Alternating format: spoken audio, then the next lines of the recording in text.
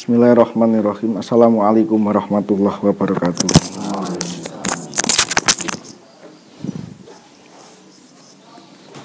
Bismillahirrahmanirrahim. Qala mu'alifu rahimahumullahu ta'ala wa nafa'ana wa bi ulumihi fitaraini amin amin ya rabbal alamin.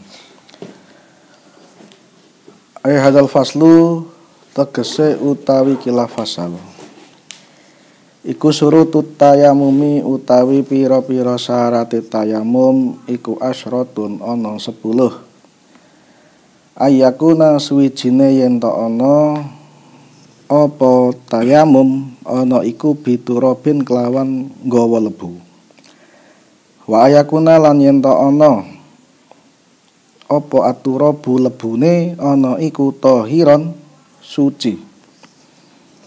Wa alla yakuna lan yen ta ora ana apa turab ora ana iku mustakmalan wus den nggo. Wa alla yukhalitahu lan yen ta ora nyampuri ing turab apa dakikun glepung wa nahwuhu lan sepadane dakik. Wa ayak sidahu lan yen ta nejo sapa man ing turab. Wa ayam sahalan yen ngusap sapa man wajhahu ing wajahe man wa yadaihi lan tangan lorone man bidor bataini kelawan rong pukulan. Wa ayyazila ya lan yen ngilangi sapa man an najasata ing najis awalan ing dalem kawitane. Wa ayatstahida lan yen nemen-nemeni utawa niti-niti sapa man fil kiblati ing dalam kiblat qablahu ing dalam sadurunge tayamum. Wa ayakuna lan yen ta ana apa tayamum ana iku ba'da dukhulil waqti ing dalam sakwise manjinge wektu. Wa ayyatayammama lan yen ta tayamum sapa man likuli fardhen krana saben-saben fardu. Likuli fardhen krana saben-saben fardu. Bismillahirrahmanirrahim. Sakmenika bahas tentang beberapa syarat daripada tayamum.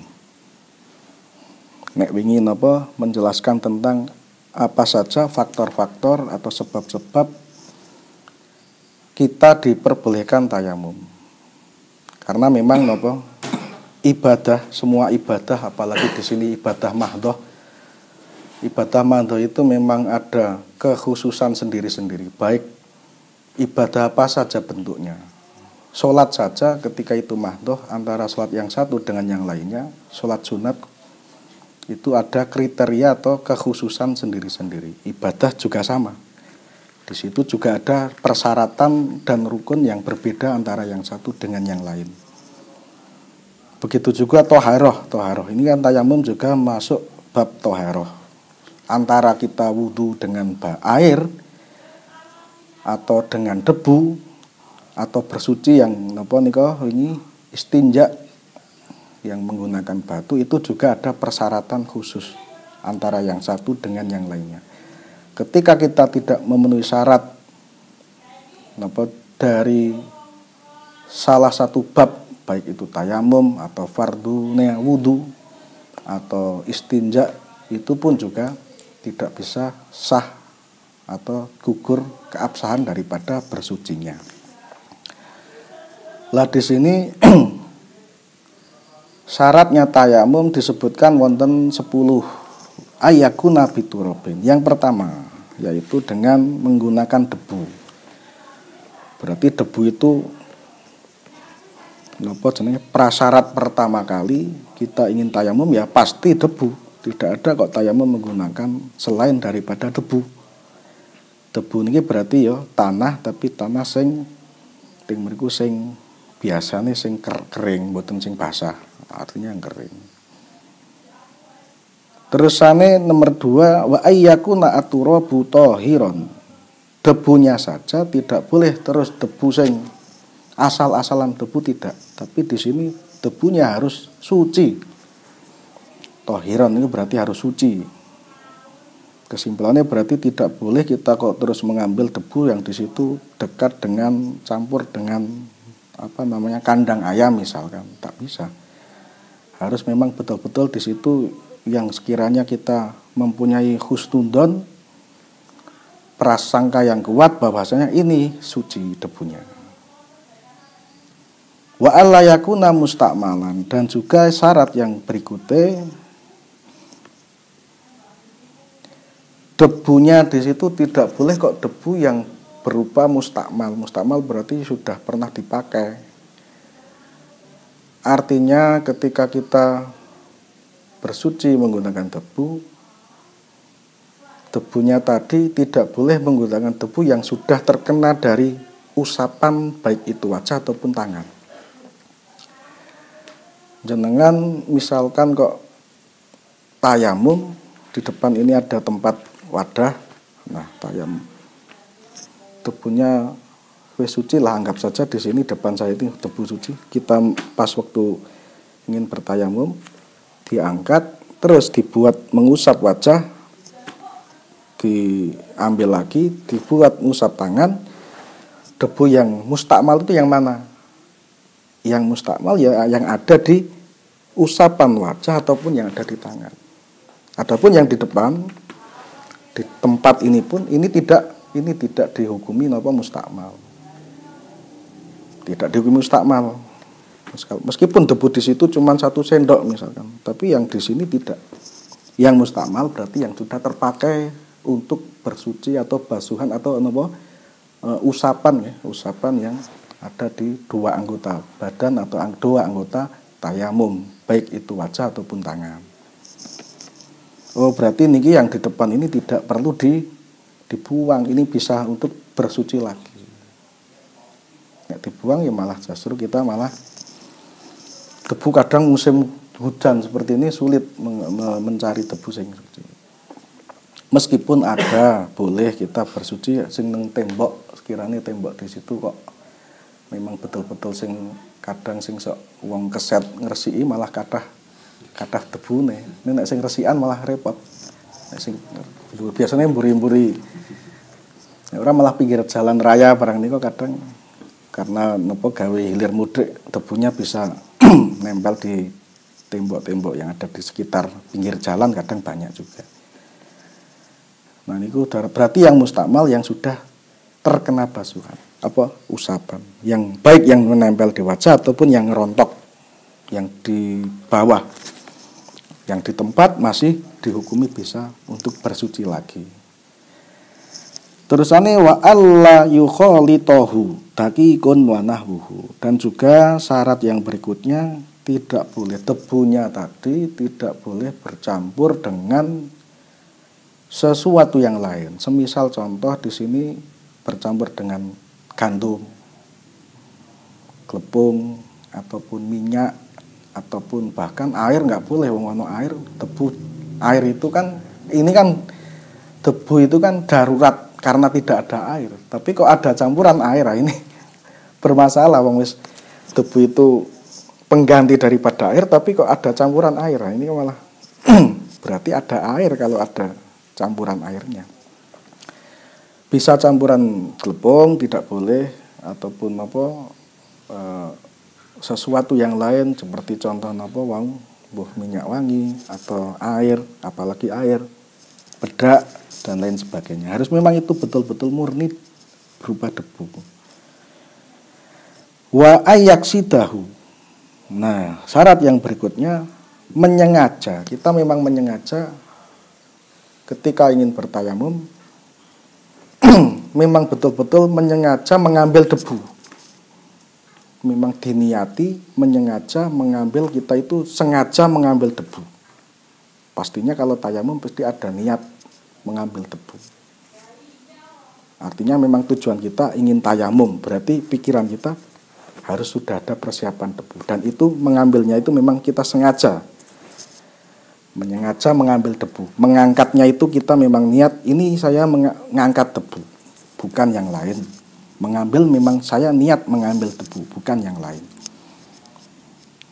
Niki otomatis lah insya Allah ketika kita mau bertayamum, wa ayaksidahu, syarat ini sudah otomatis. Ketika dalam keadaan sadar, pastinya apa yang kita niati untuk bertayamum, pasti itu debu, tidak yang lain. Ini otomatis insya Allah ngoten. Tapi ada kalanya sing gek leno bayangane niku bukan debu. Tapi yang jelas kita menyengaja mengangkat atau mengambil debu dari tempat atau wadah ke tangan, diangkat. Wa iyam saha wajahu wa yadaihi bidarbataini. Syarat yang berikutnya lagi mengusap wajah dan kedua tangan. Karena apa? Karena memang kita ketika tayamum kan yang diusap cuma 2 anggota badan ini. Beda dengan wudu. Kalau wudu memang 4 anggota badan yang kita kita basuh. Wajah, tangan, kepala, dan kaki kalau itu wudu. Kalau kita menyebut wudu otomatis itu air. Tapi kalau kita menyebut tayamum berarti otomatis yang kita basuh, yang kita usap hanya cuma 2 anggota wudu saja, yaitu wajah dan kedua tangan. Apa ini syaratnya? Yaitu bidor bata ini, dengan 2 pukulan. Tepukan itu berarti ya ambilan wau. Ketika ada debu mau ingin tayamum berarti kita memang tidak boleh 1 pukulan. Plek niki 1 pukulan lah gampangannya.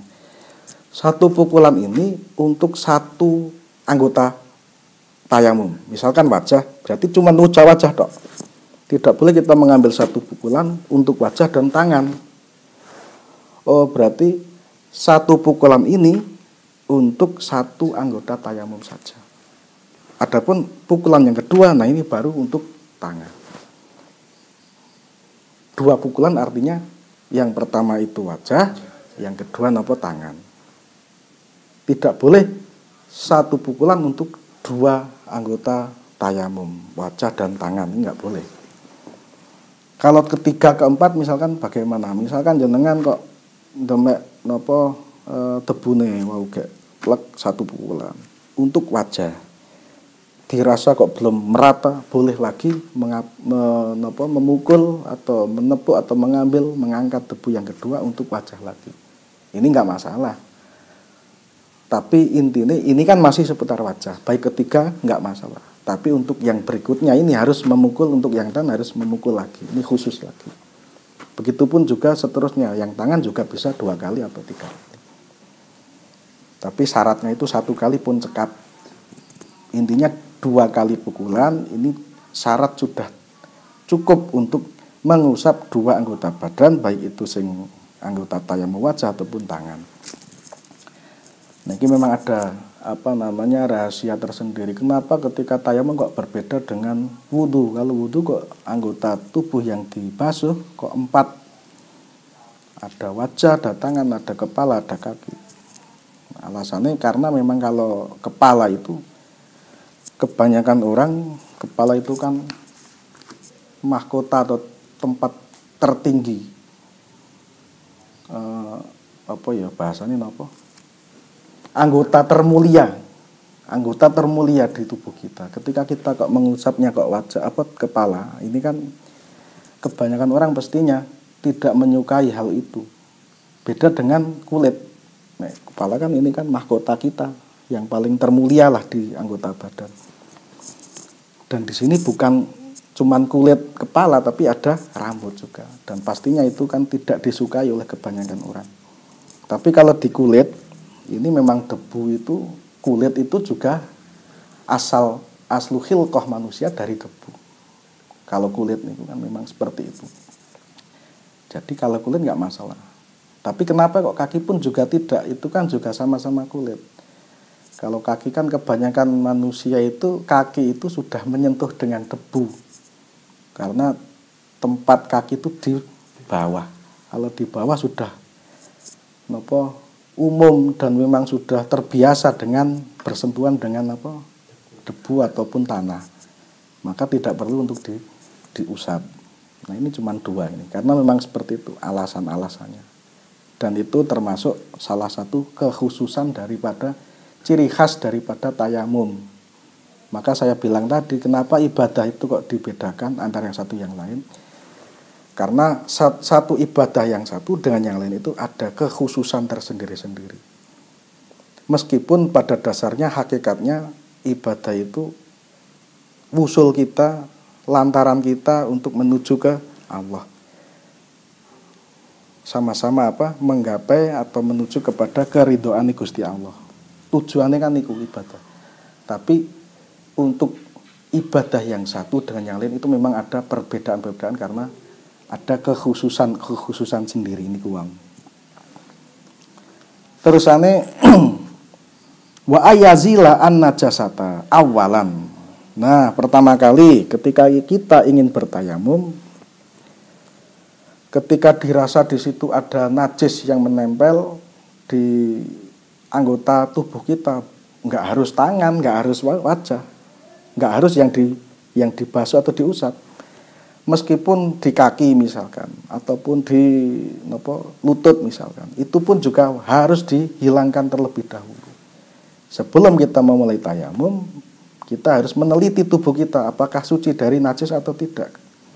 Kalau memang tidak suci berarti sebelum tayamum harus dihilangkan terlebih dahulu. Pertama kali ini. Wa ayatstahita fil kiblati qablahu, dan selanjutnya kita harus berijtihad niku berarti meneliti. Nek nenggon omah ngeten wis nenggon desane dhewe ngerti arah kiblat. Tapi kalau kita dalam keadaan yang jauh, entah itu di pegunungan, di merkuran nemokke banyu, terus bingung, orang nggawa kompas, kita harus meneliti terlebih dahulu. Ini arah kiblat itu keyakinan kita di mana. Ketika kok kita mau tayamum tapi belum mengetahui arah kiblat, nah ini tayamum enggak boleh. Enggak sah. Berarti arah kiblat harus diketahui terlebih dahulu baru kita boleh melaksanakan tayamum. Nek dereng ngerti ya bisa dilanjut. Meskipun ini ada perkhilafan ya, ada perbedaan pendapat antara ulama yang satu dengan yang lainnya tentang arah kiblat itu harus menjadi persyaratan sahnya wudu atau tidak. Sebelum dan sesudah ini apakah sama atau beda? Ada yang menyatakan padha mawon, ada yang menyatakan kalau Syafi'iyah di sini menyatakan harus sebelum kita tayamum harus mengetahui terlebih dahulu arah kiblat. Wa ayakuna tayamumu bidukhulil waqti. Nah, ini juga sama, persyaratan ini juga sama. Syarat yang berikutnya, ketika kita ingin bertayamum, kita harus diperbolehkannya tayamum itu ketika sudah masuk waktu sholat. Misalkan jenengan tayamum jam 11 awan, ingin melaksanakan sholat duhur, tapi durung masuk melebu sholat duhur, jenengan wis tayamum ini apakah sah? Ini tidak. Beda dengan wudu. Nek wudu jenengan wudu esok kena selama tidak batal kena gawe tekan isya. Bahkan tekan subuh nek urung sare barang kan. Satu wudu niku bisa untuk menjalankan beberapa rangkaian sholat maktubah, sholat wajib ataupun sholat ibadah yang lain. Ketika selama belum batal. Tapi kalau untuk kekhususan pada tayamum, kita diperbolehkan tayamum ini harus sudah ketika masuk waktunya sholat yang mriki ya sholat maktubah pastinya. Nek kok dereng ya belum bisa untuk melakukan tayamum. Terusane melih wa ayyatayammama likulli fardin. Nah, tayamum itu satu tayamum itu hanya cukup untuk melakukan satu kefarduan. Nah, misal kok jenengan pas mlebu duhur melakukan sholat duhur dan itu tayamum. Berarti sholat duhur itu hanya tayamum satu hanya cukup untuk menjalankan sholat fardu satu, sholat duhur tok niku wae. Ketika kok masuk waktu sholat asar kita tayamum lagi. Atau ketika kita dalam keadaan jamak wis ngoten mawon, sing penak jamak. Nek sholat antara sholat fardu yang satu dengan yang lain kan iki harus ada tayamume kudu manjinge wau, manjing waktu ini. Tapi ketika jamak misalkan, contoh jamak. Misalnya kita kok pas dalam keadaan sakit yang berlebihan ketika kok menggunakan air malah tambah sakit. Lah niki kita boleh untuk diganti wudunya dengan tayamum. Nah, tayamum wau ketika kita jamak takdim neng duhur asar, takdim berarti sholat dilakukan di waktu duhur. Jamak ini berarti mengumpulkan sholat dua waktu sholat dalam satu waktu. Nek carane tayamum di sini kan keadaan seperti itu kan berarti kita tidak boleh dengan cara kosor, yang boleh hanya cuman tayamum. Apa? Jamak saja. Ketika dalam keadaan di rumah, dalam keadaan kita sakit, kita ingin melakukan jamak, berarti tidak boleh kok jamak dengan kosor. Ya jamak tok. Jamak kosor, nek kosor berarti meringkas sholat ya. Sholat yang 2 rakaat seperti duhur, asar, isya di kosor. Kosor berarti sholat yang 4 rakaat dijadikan 2 rakaat. Tapi praktek dalam tayamum yang kita dalam keadaan sakit di rumah kaya wau sing tak aturake, ini jamake tidak boleh disertai dengan jamak kosor, hanya jamak saja. Tapi tayamum di sini kan pas nalika jamak takdim berarti melakukan sholat duhurin. Nah, duhur ini kita tayamum. Nah, ketika mau sholat jamak takdim yang berikutnya setelah duhur terus napa asar. Nah, asar pun juga disela-selani tayamum lagi. Terus baru melakukan sholat asar. Tidak terus mentang-mentang niki napa jamak dikumpulkan dadi siji terus oh berarti nek ngono duhur asar satu tayamum cekap. Ini enggak ternyata. Oh, ternyata duhur tayamum riyen. Mau menjalankan yang asar berikutnya berarti tayamum meleh. Di sela-sela antarane setelah melakukan duhur dan akan melakukan asar, di situ kita bertayamum lagi. Ini untuk karena memang syaratnya tadi napa? Ya tayammama likulli fardin. 1 kali tayamum niku untuk 1 sholat fardu saja. Berbeda ketika itu sunnah. Nek sunnah jenengan nglampahi sholat sunat arek beberapa rakaat berganti-ganti sholat lagi 1 tayamum itu sudah cukup nek sunnah. Tapi kalau tayamum berbeda. Kalau fardu atau maktubah ini berbeda. Niki kan disebutkan likulli fardin. Nah, berarti niki memang khusus kepada sholat sing sifatnya fardu atau wajib. Latih mriki napa wau cara-cara atau kaifiyah dan praktek tayamum nggih kaya wau. Tepuk wau niku asta napa kedua tangan 1 pukulan 1 usapan. Wajah tok satu kali. Ketika pindah ting tangan ya memukul lagi 1, mengangkat lagi dengan debu yang lain. Debu yang lain maksudnya pukulan yang lain. Nek debunya 1 niku cukup. Nek prakteke ngesuk nek nggih teng mlebu teng furudut tayamum mungkin. Niki kan masih dalam sebatas syarat. Kalau syarat kan di luar daripada rukun. Beda rukun dan tayamum, tapi keduanya sama-sama harus dipenuhi semua. Kita melakukan rukun saja, fardu saja, tapi menyampingkan syarat itu pun juga tidak sah tayamumnya atau wudunya ketika itu wudu. Begitu juga kita melakukan syaratnya saja, tapi kok malah fardunya tidak dilakukan, sama saja. Berarti dua-duanya baik syarat ataupun rukun ini harus dipenuhi. Syarat ini kan sesuatu yang dilakukan sebelum, tapi kalau rukun di dalam. Sesuatu yang dilakukan di dalam. Tapi baik itu yang sebelum atau di dalam itu sama-sama wajib dipenuhi semua. Faslun furudut tayamum. Niki teras kiri nginjing mawon. Fardu tayamum dengan sekalian apa memprakteknya.